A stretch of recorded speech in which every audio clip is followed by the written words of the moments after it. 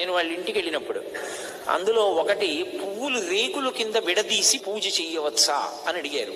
మంచి ప్రశ్న, అందుకు నేను ప్రస్తావిస్తున్నాను. బాగా జ్ఞాపకం పెట్టుకోండి, పువ్వు అంటే లక్ష్మి, పువ్వు అంటే జ్ఞానం, సరస్వతి. పువ్వు అంత కోమలమైనది, పువ్వంత పరిమళంతో కూడుకున్నది, పువ్వంత మంగళప్రదమైన వస్తువు లోకంలో లేదు.